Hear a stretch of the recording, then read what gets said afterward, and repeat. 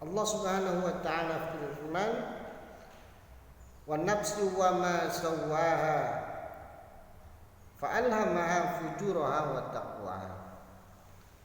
Potensi manusia untuk beriman dan bertakwa itu hendaknya betul-betul kita pupuk dalam kehidupan agar kita mendapatkan ketenangan. Sebagaimana Allah Subhanahu wa taala sampaikan, "Ala bi dzikrillah tatmainnul qulub."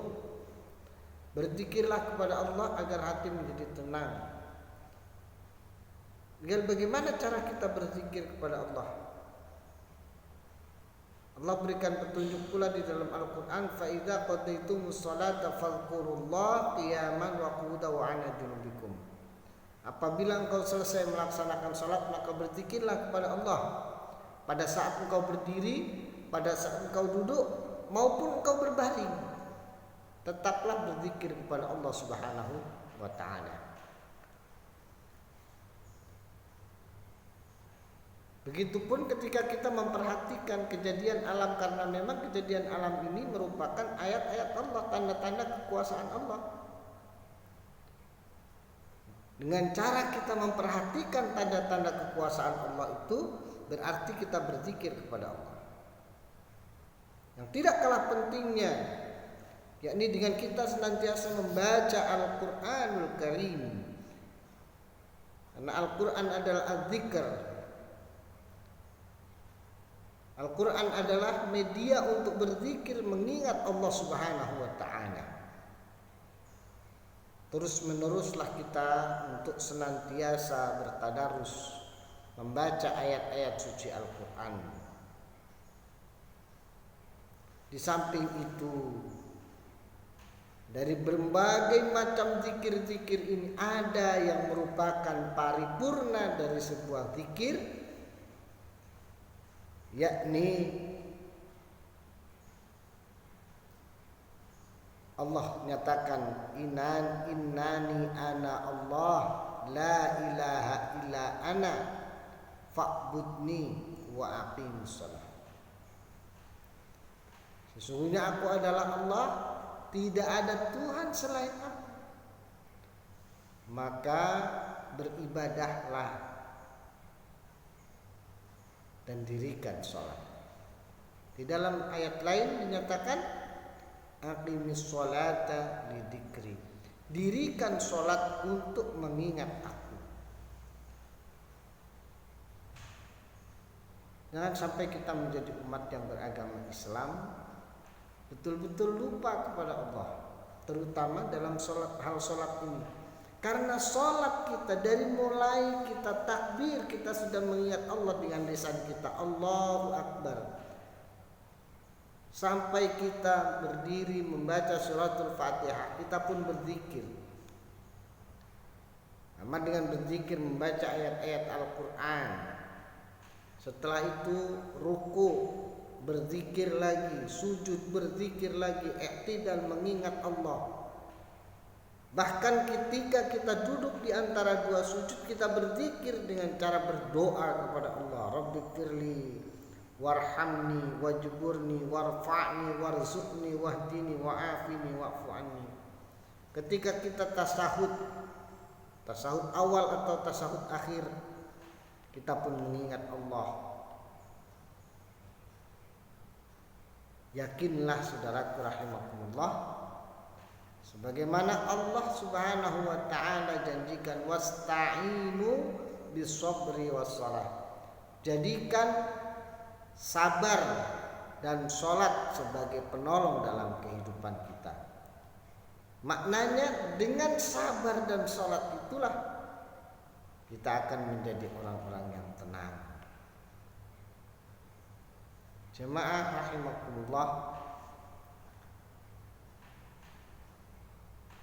ketika kita mampu untuk berzikir kepada Allah, baik dengan cara kita berdoa, kita berzikir mengucap lafal-lafal atau nama-nama Allah, menyebut kekuasaan-kekuasaan Allah, melihat fenomena alam, bahkan dengan sholat ini hati kita akan menjadi tenang. Pertanyaan berikutnya dari seorang jamaah, Ustadz, bagaimana andai saya sudah sholat, sudah bersering berzikir, tapi kok hati saya tidak tenang, galau terus? Jangan pernah salahkan sholatnya. Mari kita introspeksi ke dalam diri kita masing-masing. Apakah ketika kita beribadah itu sudah betul-betul kita itu mengingat Allah? Kadang-kadang kita ini sholat, kita pun lupa apakah kita sholat atau tidak. Pikiran kita menerawang kemana-mana.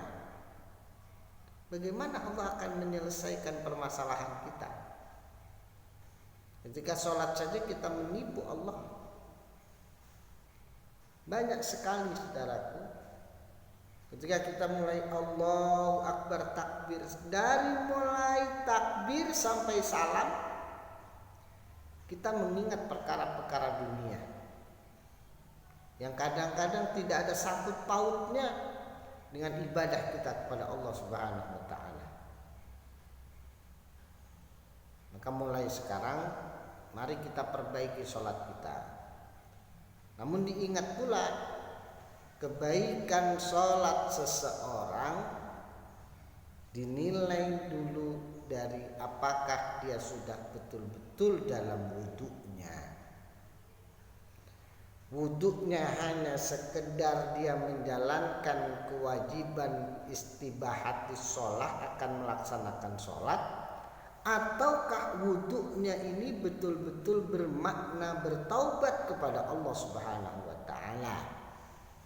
Ada orang yang berwudhu, basuh muka, basuh tangan, habis itu mulutnya yang harusnya dijaga dari salah dan dosa masih senang untuk menggibah, masih senang untuk berfitnah, tidak sengaja membicarakan aib tetangga.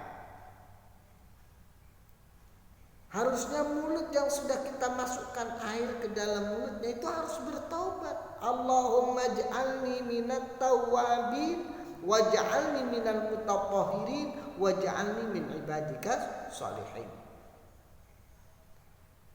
Dosa-dosa yang berasal dari wajah kita harusnya sudah mulai ditaubati dari awal kita berwudu, sehingga air yang mengalir dari wajah kita bersamaan itu pula dosa-dosa pun jatuh berguguran, dibersihkan oleh Allah Subhanahu wa taala. Setelah itu membasuh tangan, kita mohon ampun kepada Allah. Andai tangan ini sudah bermaksiat, kita membasuh sebahagian kepala. Andai kita